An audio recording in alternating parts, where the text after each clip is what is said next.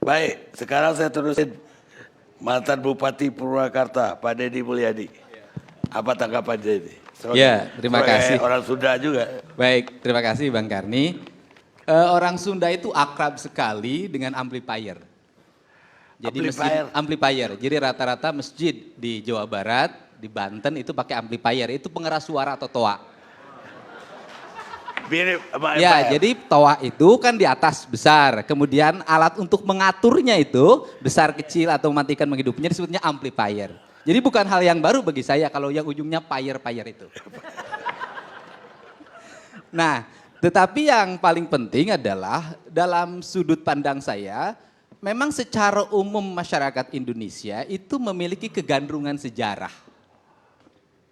Dia rindu sekali terhadap nilai-nilai masa lalu dan untuk diaplikasikan dalam masa kini. Tetapi yang menjadi problem adalah selalu menemukan guru yang salah. Nah, dalam perspektif ini saya melihat bahwa justru kita kalau kalangan birokrasi harus mengambil pembelajaran. Misalnya kasus Raja Sejagat itu, Raja Agung Sejagat itu, saya diskusi dengan teman-teman, justru yang saya diskusikan adalah tata nilai seninya. Misalnya rombongan helaran kata orang Sunda, atau kemudian di situ karyaannya, atau rombongan pawainya itu cukup menarik. Pakaiannya cukup menarik, penataan upacaranya relatif apik, kemudian sampai ajudan rajanya juga hebat, pakaian rajanya juga bagus. Artinya apa yang harus ambil pelajaran bahwa birokrasi harus mencoba jangan kalah sama mereka.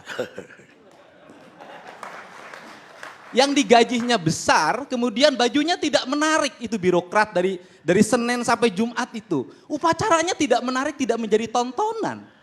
Kenapa? Karena dalam birokrasi kita itu ada yang hilang, itu ruh kebangsaan. Kenapa ruh kebangsaannya hilang? Karena tatanya menjadi tata yang normatif, yang kaku, yang dibuat dalam tata aturan yang kaku itu melahirkan ketidakkreatifan, sehingga peningkatan tunjangan kinerja daerah dalam setiap tahun tidak mempengaruhi kinerja. Kenapa? Ruhnya hilang, ruh pengabdiannya. Kenapa? Nilai-nilai ikatan sejarah masa kini dengan masa lalunya hapus. Pengabdiannya menjadi tidak jelas, arahnya pengabdiannya kemana. Sedangkan misalnya seorang raja walaupun palsu bisa membuat histeria para pengikutnya. Apa yang harus dilakukan oleh birokrat kita? Kenapa tidak meniru kecerdasan mereka? Kenapa tidak sekreatif mereka? Kenapa kepala dinas kebudayaan tidak sekreatif Ratu yang tadi? Nah, sehingga kalau kemudian para arsitektur mulai belajar kembali pada situs sejarah kita, kemudian para penulis sastra belajar lagi pada sejarah kita, kemudian menciptakan birokrasi menjadi seorang sastrawan, jadi suratnya menjadi menarik. Kalimatnya menjadi kalimat pujangga, sehingga ketika seorang bupati, ketika seorang gubernur berkirim surat pada masyarakat, suratnya dibaca dengan baik. Kenapa? Karena susunannya karya sastra. Kalau surat sekarang birokrasi pasti dimulai dengan kalimat, disampaikan dengan hormat, semuanya rata. Atau masih mending disampaikan dengan hormat, dipermaklumkan dengan hormat, menganggap rakyatnya itu orang gila. Ini kan problem kita, sehingga karena ini problem kita bagi saya, ini kan karena Mas Sujiwo Tejo agak kurang produktif. Jadi jarang sekali membuat pertunjukan teater yang menarik. Drama yang menarik. Masyarakat kita sudah kehabisan tontonan yang menarik dan berkualitas. Jadi muncullah tontonan yang ada di Jawa Tengah, di Projo, dan di Jawa Barat, di Bandung. Tinggal yang menjadi persoalan adalah kalau ingin jadi raja, menurut saya siapapun berhak untuk mendeklarasikan diri menjadi raja. Asal punya syarat untuk menjadi seorang raja. Dia itu punya kekayaan yang cukup, punya pengetahuan yang luas. Sehingga deklarasinya memakmurkan rakyat, membagi hartanya, bukan mengut iuran. Karena rakyat udah bosan dengan iuran dalam setiap bulan. Kan ini yang menjadi problem. Kalau Sunda Empire apa tanggapannya Mas Deddy? Ya, Sunda Empire itu. Ya, kalau dari sisi tata kalimat sebenarnya mengejar pada aspek falsafah ajaran Pajajaran Siliwangi. Yang disebut dengan Sunda itu adalah nilai-nilai ajaran yang mengajarkan tentang kearifan matahari, kearifan gunung, kearifan laut yang melahirkan ajaran Tritangtu di Buana. Yaitu melahirkan ajaran satu, tata rasa, 2 tata negara, yang ketiga tata buana.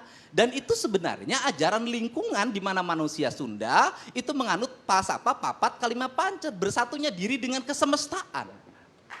Kalau begitu layak dong Sunda Empire di bawah di atas sebuah kerajaan di Dari dunia. sisi nilai, bukan teori-teori. Jadi kalau nilai ajaran kan Sunda mengajarkan tentang manusia itu sama, manusia setara, dan itu kan ajaran PBB. Manusia itu setara yang disebut dengan pajajaran, saamparan. Kalimat sa itu kalimat penyatuan. Manusia, Tuhan dan alamnya adalah satu kesatuan yang tidak bisa dipisahkan. Siapa yang bertuhan tidak boleh nebang pohon sembarangan. Siapa yang bertuhan tidak boleh mencemari sungai. Siapa yang bertuhan tidak boleh menebas batu. Dan ini yang menjadi problem di masyarakat Sunda secara umum, tidak memahami ajaran Tritangtu itu. Tetapi bukan wilayah teritori yang dikasih pangkat. Justru kepangkatan itu bertentangan dengan ajaran Pajajaran. Karena rajanya juga nggak punya istana yang megah, dia berkeliling. Dia kerajaannya di mana-mana kok. Pentagon aja di bawah dia. Kita lihat pemirsa.